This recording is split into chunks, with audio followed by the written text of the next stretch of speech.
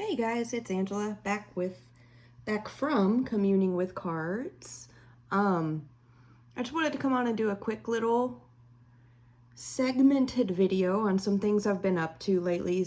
Today's the weekend. The weather is finally broken, so the sun is not trying to kill me.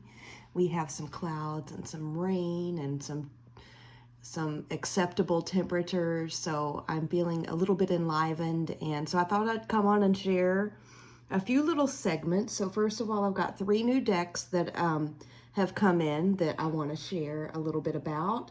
Talk about some of my practices that I've been doing the last couple of weeks. Some fun life updates, extra little fun things. So let's jump right in. So I have 3 new decks. One of them is hilarious because I actually bought the deck twice because I didn't read a description in the purchase page on Etsy very well. So this is, let me show you the actual box. So it's the Exile Tarot, the Awaken edition. There are 2 editions of this deck. One is the Awaken and one is the Asleep or something. I don't know. The one that I didn't get, all of the faces on the characters are blurred out. So I got the Awaken one that has more of the faces. So this is published by, I think it's Vermilion, the company Vermilion that we've seen around. I'm not incredibly familiar with them, so I don't know what their reputation is. I did try to do a little bit of a search, but I didn't want to spend hours scrolling through the internet. So if anybody has any knowledge or opinions on them, please let me know. So this is what I bought from them. It's tiny. And the description very clearly said that it was tiny, and if I would have paid attention, I would have known that. I was expecting, being too lazy to read the full description, that it would be like a tarot in a 10 size. This is much smaller than a tarot in a 10 size. This is like teensy beensy beensy, but it's really cool. I'm still glad that I have it. It's linen finish, even at this size. But the illustrations, the artwork is so intricate that with my old eyes, like I needed to be able to see these images a little bit better to get more familiar with the deck. But then I do plan on using this tiny one. So I'm not disappointed that I got the tiny one, but it was kind of funny. When I got it in, I was like, really? What? So this is the full size. I actually got the full size, which is also linen finish. The backs are different between the different sizes, but that's okay. It has pretty rainbow edging, holographic edging. The edging is not one that hurts, if anybody's interested. So I'll just flip through a few of these. They're really pretty. Let me see if zooming will do it. Yeah, there we go. We can get a better view of these. The font that the titles are written in, I'm not crazy about. That is just unnecessary and it doesn't seem to fit. But there was something about this deck. I saw it on YouTube and I'd seen it around the internet too. So this is the 7 of Swords. And look, this little girl is like talking to her mom and she has a cat behind her back. So something sneaky going on there, but not evil. You know what I mean? This Moon card is beautiful. This is one of the ones that drew me to the deck. It's a very soft pastel-y kind of color situation going on here, but it's just beautiful. The 7 of Cups, the little girl's looking through the little rooms in her dollhouse, looking at the potentials, and this 3 of Pentacles is fantastic. Okay, so you've got like a wind-up doll, a little mouse winding her up, and then a giant bear. It looks like he's actually like stitching maybe a set design or maybe a piece of clothing or something, but they're all working together to put on a show, I think, because you've got the camera over here. I thought that was really cute. The 10 of Cups, it's beautiful, absolutely beautiful. Page of Cups, the 2 of Cups, I love this. This is another one that really drew me to it. In the 2 of Cups, the figures you see are an angel and a cat. Cat's reading a book. Love it. Love it, love it. The death card. This figure is like carrying, like growing a cocoon onto her back. And like, it looks like she's gonna go into hibernation, or maybe, I don't know. But it's gorgeous. Judgment is beautiful. The Lovers. This is another card that drew me to this deck, because you see a figure holding hands and walking down a path. Choices, shall we? But the other figure that she's holding hands with looks like a ghost, maybe. She has a veil over her and wings, so that's really interesting. But this deck, it reminds me of, it kind of gives me the feeling of kind of sifting through a dusty attic and finding all kinds of like lost treasures and little hints and clues to things. This Ten of Pentacles, this font is horrible to read, but I love it because look at the different creatures. You've got like what looks like some humanoid, somebody with horns, and then the cat at the head of the table. I love this so much. The High Priestess is kind of shushing us. Four of Cups. Anyway, so that was a fun little deck. I haven't worked with it a ton because I did, like I said, I did have to reorder the full size so that I could see the images better. But I'm looking forward to digging into this one because I think it's not going to be, I don't think it's going to be an everyday user for me, but it's going to kind of be, this is the Four of Swords. One of those when I really want to get into secrets and kind of dusting off things that I may have been shoving behind the surface. So this is officially the first deck in my collection that I have 2 copies of. And it's totally my own fault, but that's okay. The next one that I have to share is from the same company. It's that Vermilion Publishing. This one is slightly larger than a Tarot in a 10 size, but it's called Diary of a Skeleton. This is the guidebook. And I don't know what drew me to this because it's a total Rider-Waite-Smith clone, but it's linen cardstock. It is so delightful.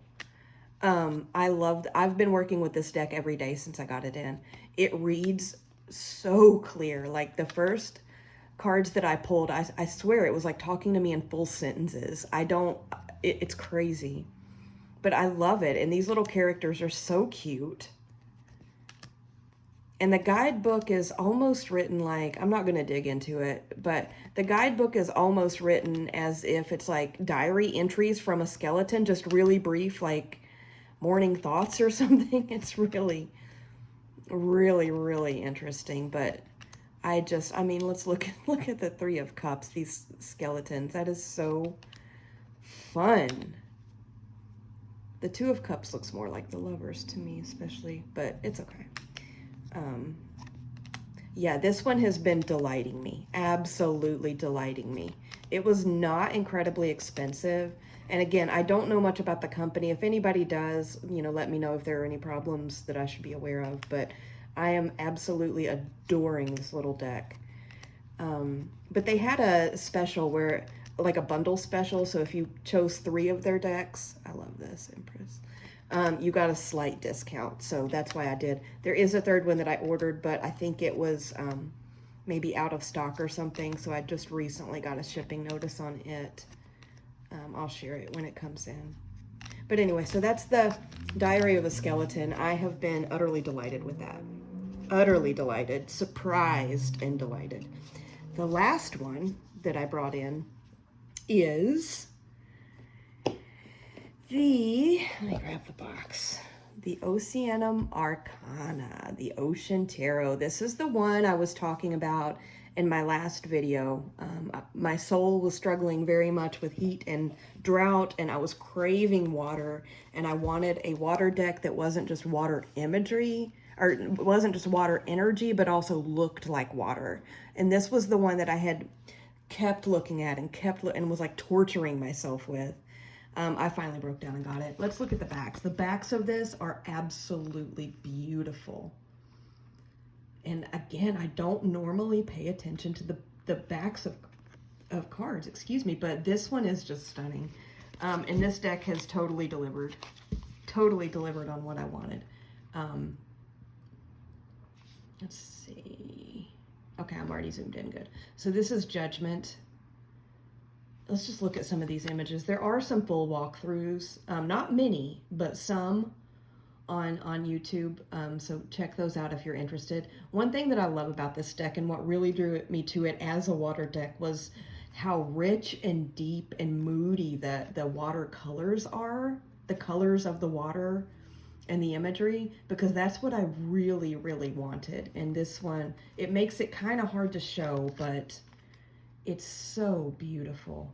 So this is the Four of Wands, the Queen of Swords. Come on, that's awesome. The Tower, the Three of Cups, the King of Cups. I love this because the King of Cups, for me, I always kind of think of him as being a little bit murky and a little bit moody. And so like this octopus, you know, is holding the cup and a scepter, but he's also kind of backing into a dark cave down in the depths of the sea. I just love it. This Ten of Swords is amazing. Oh my gosh. The Strength card. So if I would have just seen this image without the title, I might have thought it was the Tower, but it's not. And so what I got from this, I could geek out on the Hemingway iceberg theory, but I'm not going to go there, and I did get this in one of the first polls I did with this deck. This card came up, and it's basically what I got from it, from the imagery, and I didn't really go into the guidebook. The guidebook is okay. It's not anything to write home about, but is you have a lot of strength, but your strength is rooted deep, deep down, and you have to really pull it up.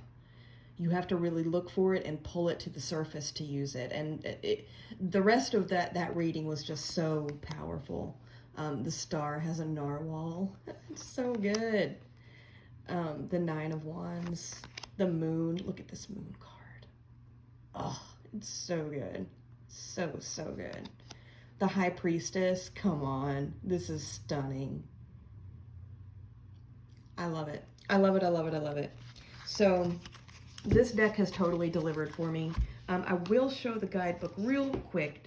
I said I wasn't going to get into it, and I'm not going to get into full write-ups, but every single card entry does list what ocean creature is highlighted or illustrated in the card, and I do like that. So yeah, this is very, very perfect for what I wanted out of a water deck.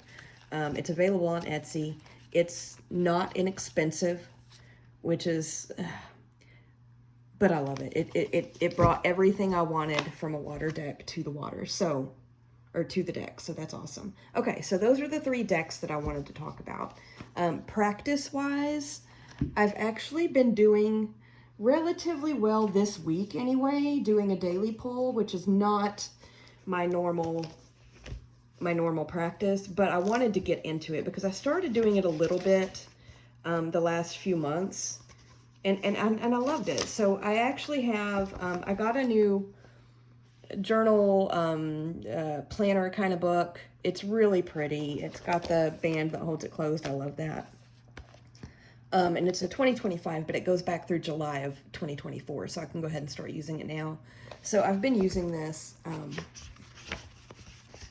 And let me show you. So I just record my daily pulls, and on days when I don't do one, I doodle or sketch something just to fill up that space, which is also bringing me joy. So, you know, not anything pretty or anything fancy, but I'm trying to keep up with this, and it's cool. I like it.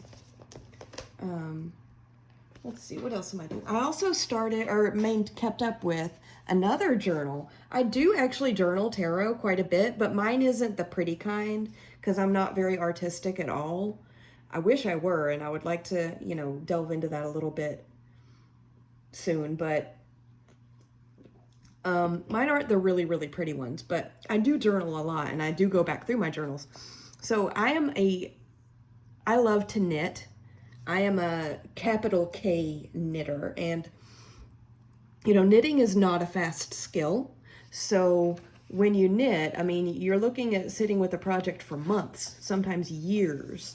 But I did start this little knitting journal, project journal, earlier this year, and then I forgot about it. So the only entry that I had was a pair of socks that I knit in April, and I pulled cards. I don't have pictures of the cards, but I do have like some little art that I put over here little found art, ephemera kind of stuff. So I did, I pulled I pulled cards for each section of the sock. Of knitting a pair of socks. If anybody knows about knitting socks, that might make sense. But then, like, I got so much from the reading that then I journaled on it for pages and pages, several pages. And it was really cool. So I did my July socks that I knit. I don't have them here to show, but this isn't a knitting channel, so I don't know if anybody cares. I knit those during the heat wave drought, and so I found some ephemera and some washi and things like that from my little journaling stash, and I just wrote, "Please rain." And then I did the same thing. I pulled cards for each part of the item I was knitting, and then really dug into it and got quite a bit.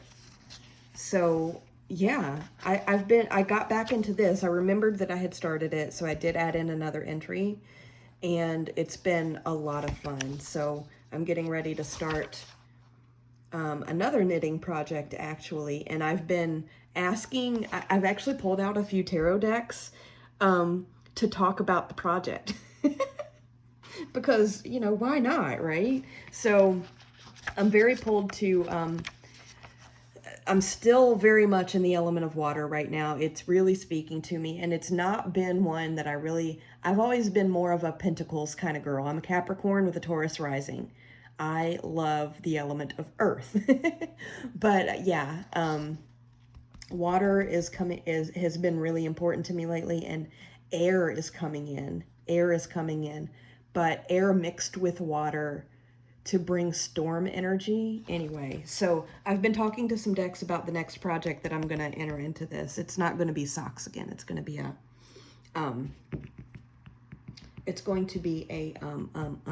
sweater. It's going to be a pullover sweater. So speaking of the water and air element that are really kind of speaking to my soul lately, I do have this crystal that I love crystals so much.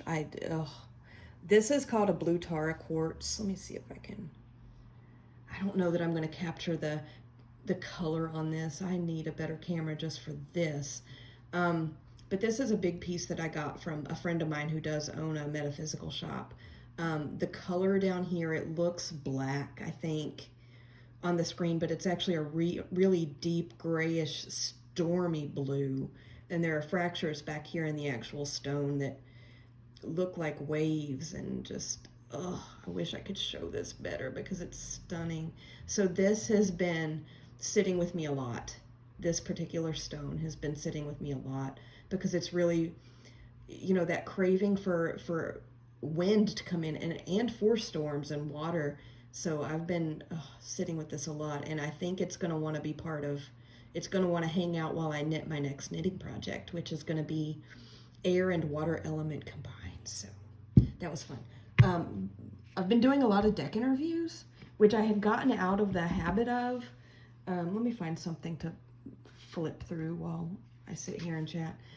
So I used to always interview new decks that came in, but I had gotten out of the habit of it, but I have been, there's that Lover's card in the tiny version. I love it. I'd gotten out of the habit of it, but I'll tell you, that Diary of a Skeleton deck that was like talking to me in sentences, or communicating in sentences, was so cool that I've gotten back into deck interviews. And some of the things that I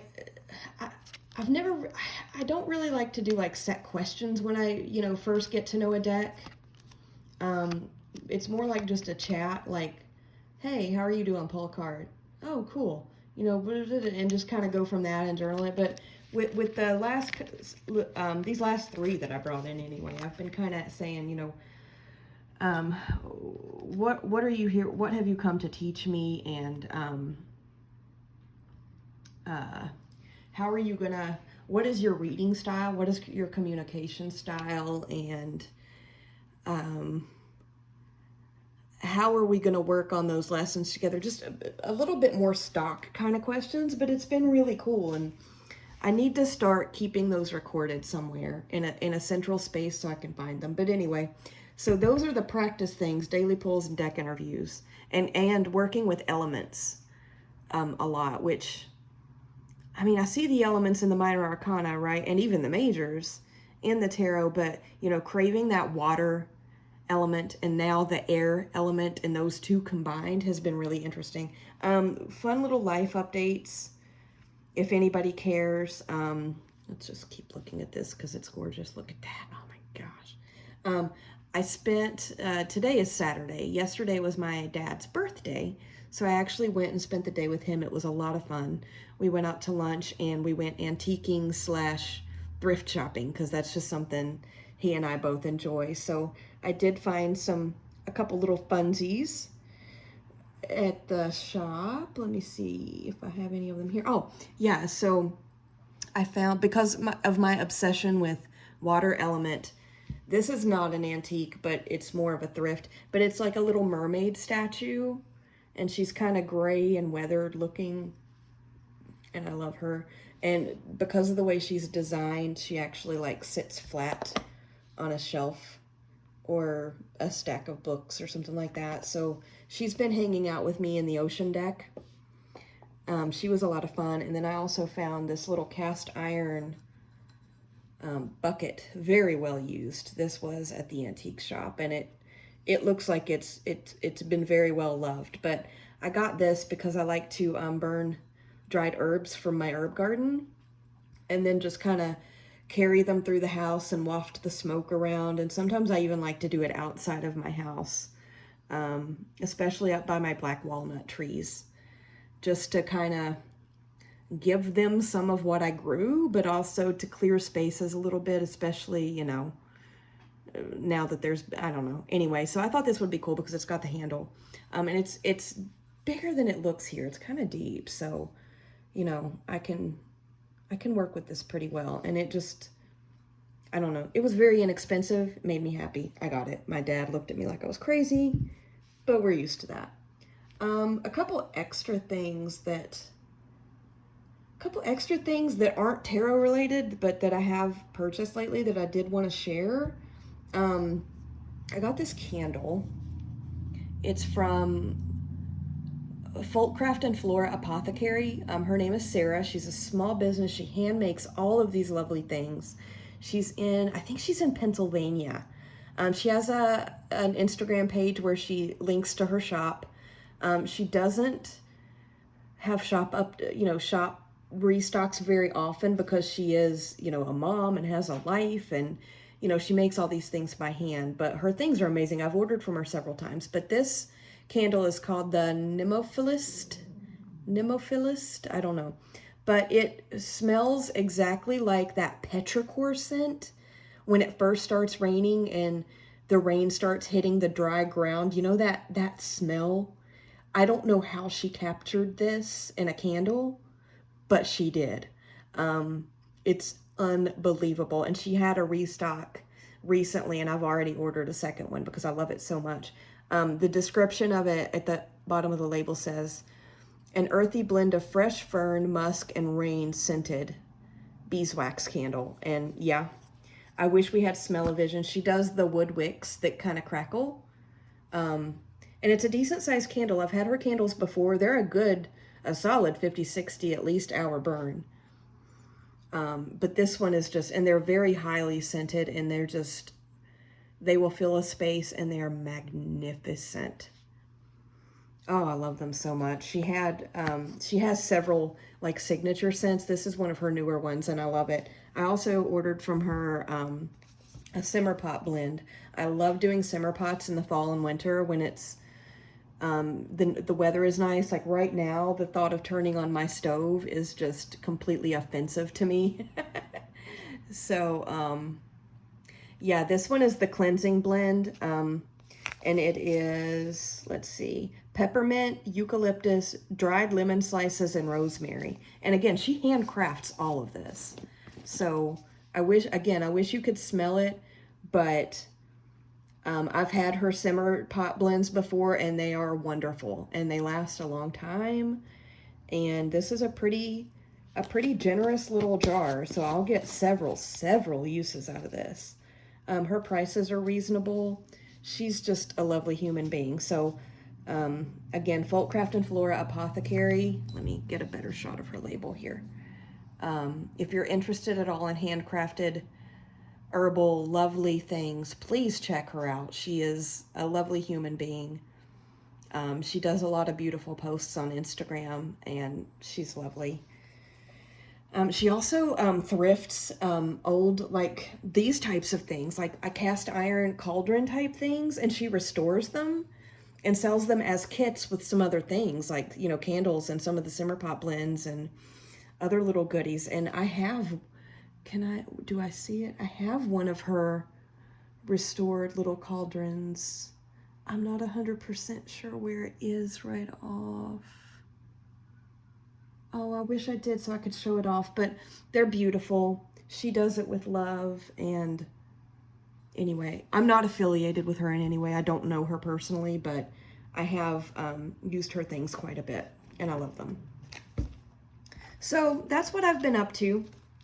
3 new decks, 4 technically, but 2 of them are the same deck because I'm silly and bought one too small for my old eyes to see. So yeah, I hope everybody else is having a good weekend. If you're interested in any of my journaling, let me know, because like I said, I actually do journal a lot. It's just not the fancy decorative kind. This is, you know, this one knitting journal where I do like the ephemera pages at the beginning of a project are probably the most decorative that I do. But if any of you are knitters or crafters and you're interested in how I use tarot with those projects, I would love to go more into that. But I think because this is not a crafting channel, I might lose a lot of people. But if you're interested, let me know. And if you want full walkthroughs or anything like that of any of these 3 decks, also let me know. But that's all I've got for today, and I hope everybody's having a great weekend. I would love some comments. The reason that I started my channel is to have more interaction with the community, because I don't have anyone close to me that I can geek out about tarot with. So please keep the comments coming. I'm going to do better about replying to them in a timely manner. But I love them. I love them. I love them. So keep them coming. You guys have a great weekend. And the next time I have something interesting to share, I will be back on. Bye-bye.